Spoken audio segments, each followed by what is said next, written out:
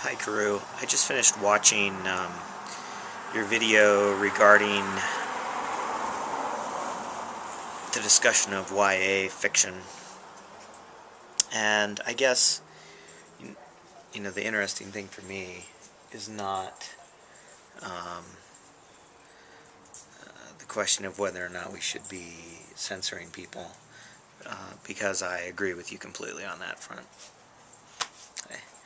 Um, that we shouldn't, um, and that I don't have a problem with publishing anything. I don't have a problem with any of that. What the interesting thing for me about that whole issue. So I did read the article in the Wall Street Journal. I didn't read it super carefully, but I read through it, and basically I didn't see anything I really disagreed with in it. Um, I didn't really have a problem. I think what it the thing about the article, my takeaway from it was that if you're a parent, and so young adult, actually, just so you know, the definition of young adult is really kind of 12 to 16, and the initial young adult was the Outsiders, which I read in middle school, and specifically, and the genre kind of grew out of that, the idea of contemporary young people, where the protagonists are teens and preteens, and they're going through more sophisticated problems, adult problems, um, drug use, sex, that sort of thing. And I don't really have a problem with any of those books, and as you said, I don't have a problem with my kids reading more sophisticated books. But I think that the point of the article in the Wall Street Journal is that there's a significant proportion of young adult, and it's probably overstated, that is gratuitously violent and gratuitously involves sex and often sexual violence. So, and the takeaway for me was sort of that, as a parent, you need to be aware of that. And that was why, and Maureen Johnson, as I said, went through this whole thing, and there a whole bunch of people who are YA writers or proponents came out and basically slammed the Wall Street Journal for this article. And I kind of read it and felt like it was fairly innocuous. That was really the takeaway. So all the stuff about whether or not we should, and I talked about, I kind of rambled in my video and talked about a rating system, sort of, and I don't actually care about a rating system, but it would be nice to be able to know, sort of. I mean, I look at the rating system of movies, and I think, if a movie's rated R, or even PG, generally, I want to take a look at it before I let my kids watch it.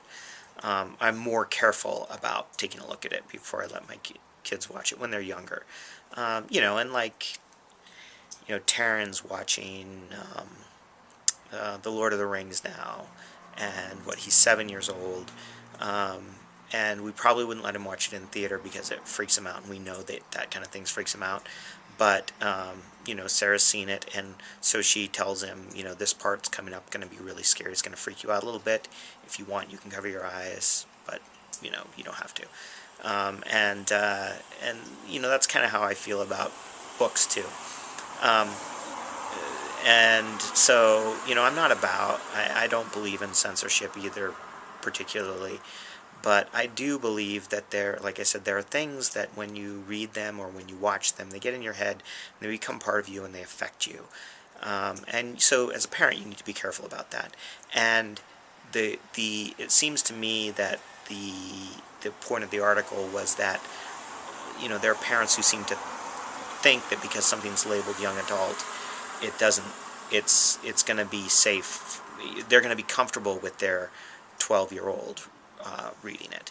And I agree that you can never be sure of that. But I think that it's the article. I mean, the point of the article really is that young adult has gotten darker and more graphic, and And my takeaway, like I said, was that parents should be aware of that, which I don't have a problem with. So my real response was to Maureen Johnson throwing a hissy fit on Twitter about it. And by the way, if you want to see a good tweet, you should look up Anthony Weiner, because that is a great tweet. So yeah, all that stuff. The stories we tell ourselves, I think, I mean, we all tell stories, that we believe are true for the most part, and there are people, we lie to ourselves at times and tell stories, but I think that's also a complete aside to this. But the point of me saying that was that there's an attitude among writers, like I said, that they should be able to write whatever they want, and they should never be criticized for writing what they want. And it's sort of like, I shouldn't be able to say, I don't think it's appropriate to write this and pitch it to this age group. And I don't have a problem with saying that either. I don't think that it's I don't think that's censorship. I think it's me stating my opinion about whether or not I think it's appropriate for them to pitch certain things at certain kids. And I'm not advocating censorship, but I'm advocating an exchange of ideas, including people saying, I don't think this work is appropriate for kids. At the same time, I'm not going to say to a school that I think they shouldn't, if somebody, like Beloved, I read Beloved and I did not enjoy it at all. It was, it just didn't do anything for me. It was like beating my head against a board. And it's something that I probably wouldn't recommend to one of my kids at the age of 12. But that doesn't mean I think it shouldn't be written, and it doesn't mean I think that it shouldn't be read within a given context. And it doesn't mean that there aren't 12-year-olds out there who could read it. So anyway, I think we probably completely agree on this front. But like I said, my issue with Maureen Johnson was sort of like she just kind of blew up, and I think that there's a culture among people who write literary fiction, and young adult really is sort of a subgenre of literary fiction. That's sort of this, we're bohemian, we speak truth to power through art, and anybody who disagrees, and they're always looking for a fight, for that censorship fight. And I think often they take it too far, and they end up, and I felt like in this case, Maureen Johnson, and it annoys me. There's also sort of an intellectual superiority that comes with that, where they feel like they're intellectually superior to people who don't like their work and don't feel that it's worthwhile. And I get annoyed with that, because often I find their work arrogant and somewhat, what's the word I'm looking for? It's just overwrought. I think you can get to certain points without all this strife and everything. Anyway, I know that you didn't finish what you were talking about, but I'll probably upload this anyway, so I'll have another opportunity to respond later. But basically, you can tell Duncan I'm not about, I'm not really about creating a rating system for books, but I don't necessarily think that having some sort of information for a parent shorthand to decide to help them realize when they should and shouldn't be more or less concerned based on certain criteria. If you know the criteria, it gives you an additional tool to make that judgment. And I don't care about that. I mean, I think that's I don't have a problem with a rating system for books, but I'm not advocating one either. It's just one of those things where I think it's sort of it's one of those things where if it exists, I'm going to look at it, I'm going to read it, and I'm going to take it with a grain of salt. I mean, I saw The King's Speech, which was rated R, because the king says fuck, fuck, fuck, fuck, fuck over and over again as part of his speech therapy, and that's the only R rating, and it's ridiculous, and that's fine. I also, like I said, watching the Lord of the Rings series, there's a lot of graphic violence and scary stuff in there, and if my kids aren't ready for that, even though it's rated PG, I'm not going to show it to them. It doesn't matter what the rating is, but the rating does actually give me a chance to kind of look at something and think about it, and that's just added information.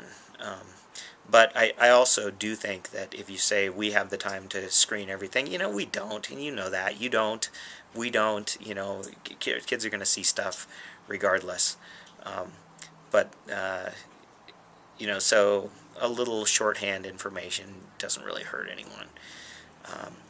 What it does is it affects sales, and the financial aspect of it is what becomes a big deal. In which case it actually does become a bit of a censorship thing, and I can understand that, and opposition to a rating system based on that. The fact that, R-rated movies are harder, don't sell as well as PG-rated movies, therefore you could be opposed to a rating system because it in effect makes people change the way they make movies to avoid the R rating so that they can sell better. That's an argument I'll buy, and in that case, yeah, okay, maybe we should have rating systems, but I don't know. It seems quibbling at this point. Anyway, this was just as rambling as my first video about this. Probably didn't clear things up at all. I'm outside, it's cold, and I'm starting to shiver, so still dead.